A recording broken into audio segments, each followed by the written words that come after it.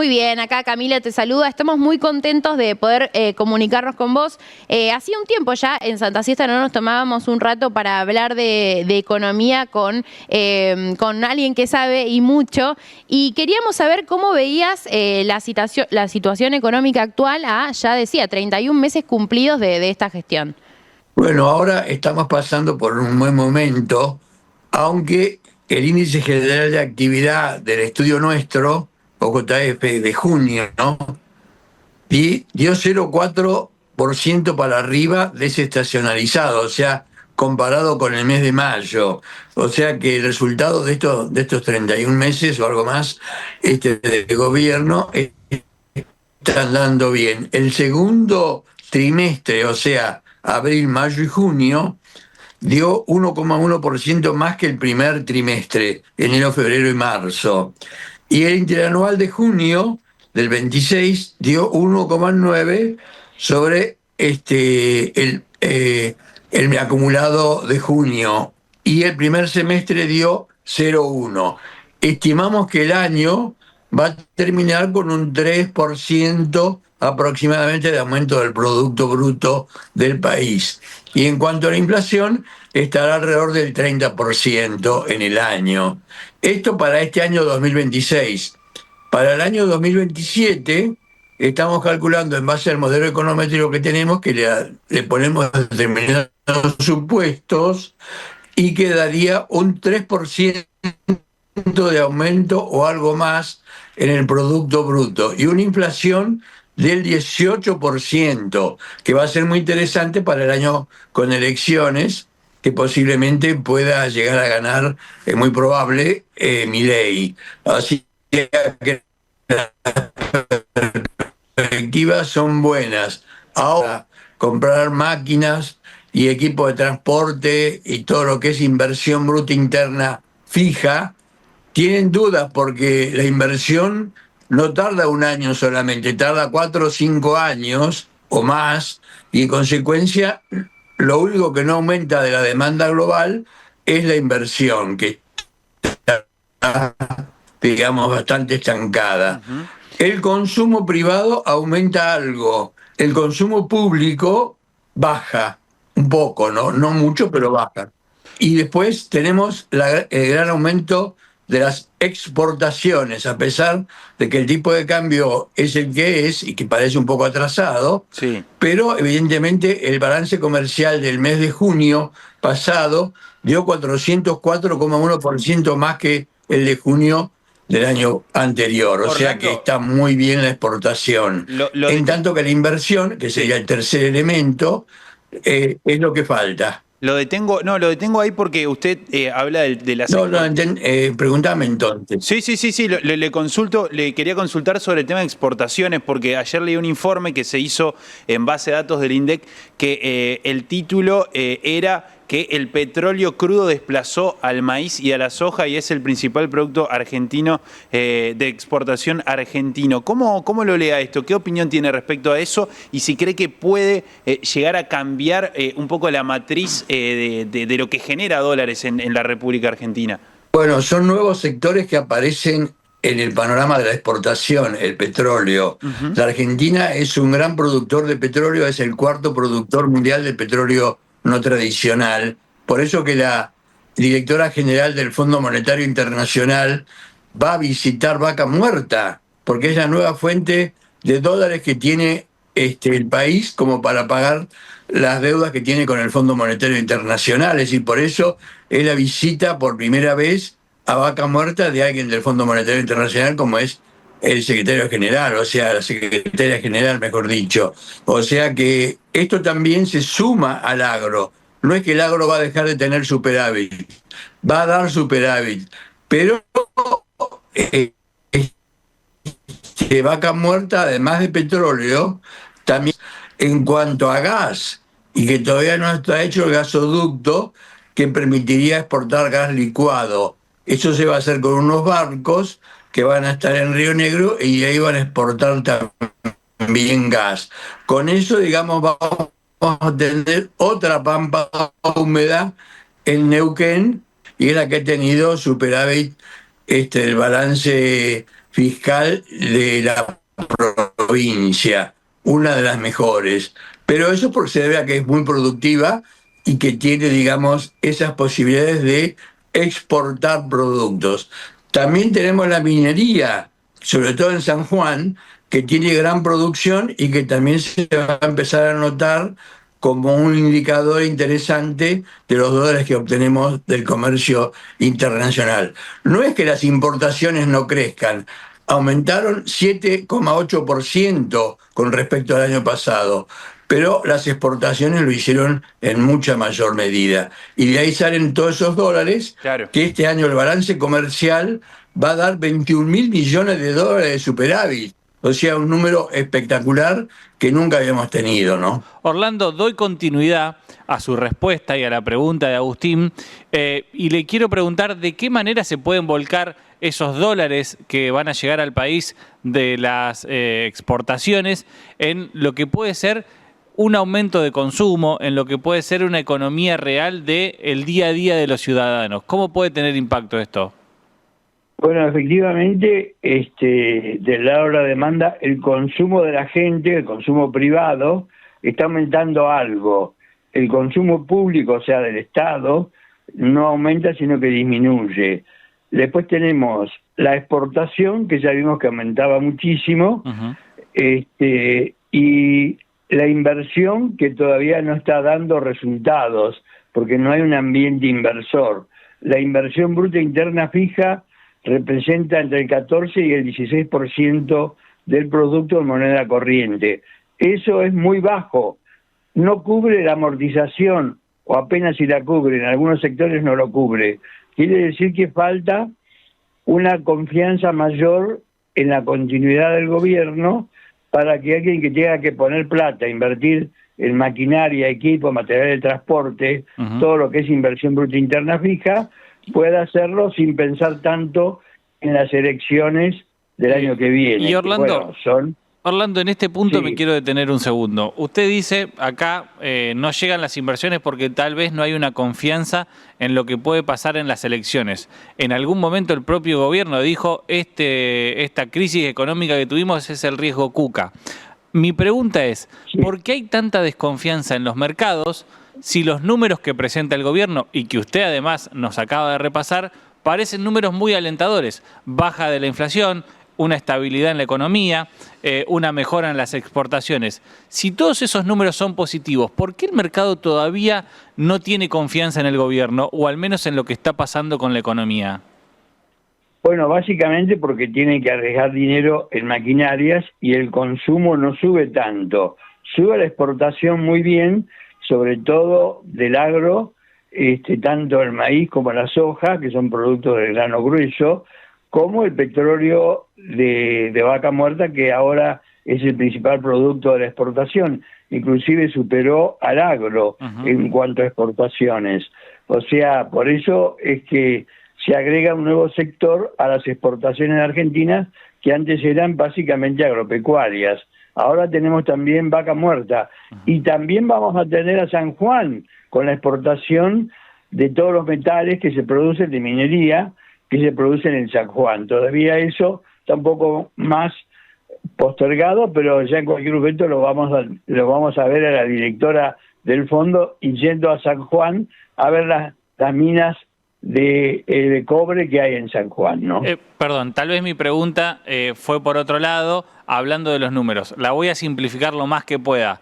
¿Por qué no ganaría un gobierno que tiene números tan positivos? Bueno, lo que pasa es que no es seguro que la Argentina no tenga oscilaciones políticas. No es como Uruguay, donde gana el Frente Amplio o gana el Colorado o el Blanco, el partido, y no cambia la política económica. En Chile gana la izquierda, gana la derecha, la política económica no se toca. En Perú, que tiene tantos cambios de presidente del país, cada año parece que cambia uno, la política económica no varía. Entonces, lo mismo pasa en Brasil, donde aparece Lula o gente más de derecha, y no cambia la política económica. O sea, lo que requerimos es hacer un intercambio completo de políticas generales sin que cambie la política económica. Y eso se va a comprobar en las elecciones del 27. Ahí se verá si va a ganar, como parece ser que ganaría Milei, o va a aparecer algún tapado que pueda dar una sorpresa. La gente que tiene que poner dinero en efectivo le cuesta tomar una decisión, y por eso es que la inversión representa 14 al 16% del producto, cuando, por ejemplo, en otros países, en Chile, por ejemplo, llega al 25%, y en China al 40% del producto. Inclusive en China llegó al 50% del producto. O sea, nosotros tenemos que ir invirtiendo más para tener un desarrollo más completo, más amplio de la economía, porque hoy crecen algunas cosas y otras decrecen. Hay sectores de la industria que crecen bien, y otros como la indumentaria, textiles y otras que están subsidiadas, están en espera o en decrecimiento. O sea, es un país que tiene dos variantes, una que crece y otra que está ajustándose. Orlando, y respecto a una de las políticas que Milei planteó como centrales de su gobierno y que va a ser un pilar para el futuro de la República Argentina, es el proyecto de reforma de la Carta Orgánica del Banco Central, que hoy incluso va a brindar una conferencia en Cadena Nacional, en Radio Mensaje, que lo mencionó como una especie de pilar para el futuro argentino. ¿Qué nos puede comentar o qué opina acerca de esa iniciativa del presidente?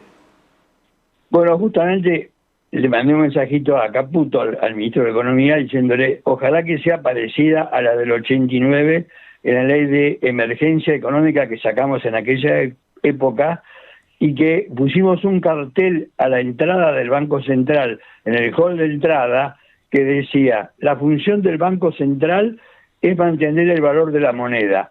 Ahora la ley que va a sacar el gobierno actual va a decir quizás lo mismo, pero también va a agregar otras penalidades para aquellos que se animen a violar esas normas.